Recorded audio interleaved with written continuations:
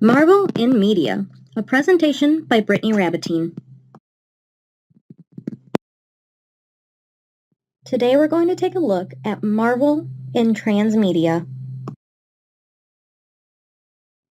First, let's start with the question, what is transmedia storytelling?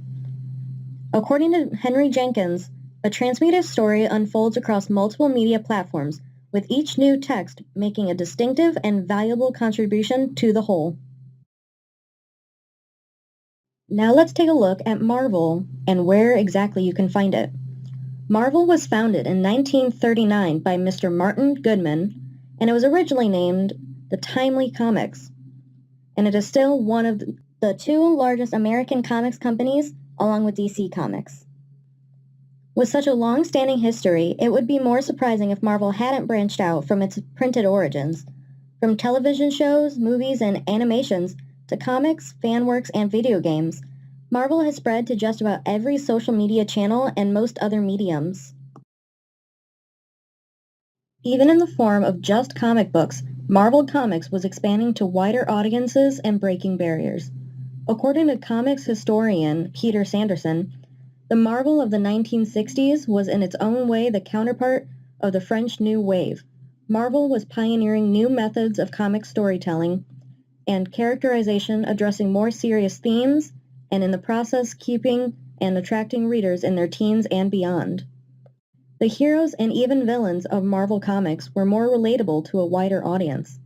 The characters were flawed just like regular people, rather than the impervious, perfect superheroes of other comics. Transmedia wasn't even a concept yet, and Marvel was beginning a successful franchise of storytelling. As mentioned, Marvel has expanded to just about every media platform out there today. When it comes to transmedia storytelling, Marvel is a master by now. Each new medium put out to the audience provides new information that deepens the understanding of characters and expands the storyline. With the more traditional medium of television, the hot item today is live-action depictions of some of our favorite heroes. Some of these series are limited to streaming sites like Netflix, while others can be found on regular television channels like the Sci-Fi Network. The shows offer special insights into the often tragic origins of our favorite heroes and vigilantes. This is especially valuable for the non-mainstream heroes, such as Luke Cage or Jessica Jones. It gives us an insight into characters not everyone else is talking about. Though live action has gained popularity, I don't think it will ever take the place of classic animated cartoons. One superhero who has been represented mostly through animation for decades is Spider-Man. While it doesn't seem a reboot would add anything to a story, after all, it's the same character still. We all know his story already. That isn't the case with Marvel. In Marvel, there are about 1,600 different Earths, where different alternate timelines take place. That means the story is always different from the last telling, save for a few details. Or the story takes place earlier or further into the life of the character. I could go on forever about the different animated series that have been released, from Spider-Man to X-Men to the Avengers. Unfortunately, we don't have that kind of time. The different universes and storylines can get a bit confusing, but they're still very entertaining. And if you've seen the 2016 Deadpool movie, the self-aware character makes a jab at the different timelines. It's pretty funny. Let us go talk to the professor. McAvoy or Stewart? These timelines are so confusing.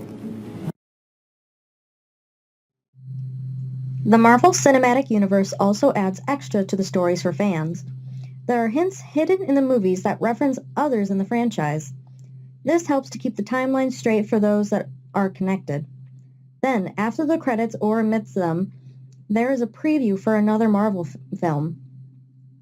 Fans know not to leave the theater until the screen officially goes black. Oh, and one important thing is that there is always a cameo by the Marvel icon himself, Mr. Stan Lee, who was Goodman's successor in 1972. And he's done this in some of the shows as well. He might have one line or none at all, but Mr. Lee is there. Can you spot him? he's here too. When it comes to Marvel games, they are about as extensive as the Marvel multiverse. There are games for just about every console out there, from PlayStation to Xbox, and online games for smartphones, laptops, computers, and tablets. There are analog games, Legos, Lego video games and movies, and of course we can't forget the action figures. Anyway, the list goes on. Personally, I love my Spider-Man themed Uno deck and Marvel Trivia Game Pack. My brother prefers his digitalized games instead. Either way, there is always something out there for someone. Social media is used to announce news, short videos, photos, and events. On Facebook, there are 2 extensions to the official Marvel page called Quick Draw and Earth's Mightiest Show. Marvel Quick Draw gives a behind-the-scenes look into the artists of the comics, literally taking fans into their homes to see how they create such amazing work. Earth's Mightiest Show is essentially a mini talk show. Different celebrities in the world of Marvel are interviewed for a short segment or segments that are then uploaded to social media for fans. Twitter is used much the same as Facebook. Clips are posted to give fans who follow the social media an exclusive look into the Marvel news. This includes interviews from movie premieres, links to articles which delve deeper into the Marvel Universe, and even helpful comic book suggestions to read at different times of the year. YouTube is where to go when it comes to trailers and clips. One thing that is awesome with the Marvel YouTube page is that they have a series called Marvel TLDR. TLDR, for those who don't know, stands for Too Long, Didn't Read. How does it come into play here, you ask? Well, let me answer that with my own question. Have you ever wanted to read a comic, but just don't know where to start or who to even read about? Well, this YouTube series has the solution. The clips in this series break down the characters so new fans get the gist of the character and the overall story. The videos are pretty entertaining and easy to follow, as quick as they are. The Marvel YouTube page definitely holds the most for the fans, in my opinion. It helps new fans being introduced to the comics and characters and offers quick insight and entertainment for the more seasoned fans. When it comes to the fans, Marvel doesn't really put up a wall to stop fan interaction. Interactions fans have with anyone in the Marvel franchise are usually positive. This past weekend was the New York Comic Con. At the convention, fans got to meet actors and directors, got autographs and photos taken with them. Feeds can be found on any of the social media sites I have previously mentioned. This upcoming weekend, some of the Marvel crew will be coming to Chicago for Ace Comic Con. I've looked into it myself, and the tickets are pretty affordable, especially to meet the celebrities. That surprised me. If I could, I would be going. Fans also interact with one another and the celebrities through social media. They talk about theories regarding characters, create fan art and videos, and of course cosplays as well. I myself have cosplayed as a female version of the Winter Soldier character. As you can see here, there was a post made on the blogging site Tumblr where Mark Ruffalo himself responded to. One celebrity in the Marvel Universe that is famous for his posts is Robert Downey Jr. Fans can always count on him to make some post referencing either his coworkers, his role as Marvel's Iron Man, or popular fan trends such as calling Chris Evans Cool Ranch, after fans pointed out his trim waist and broad shoulders resemble the ratio of a Dorito.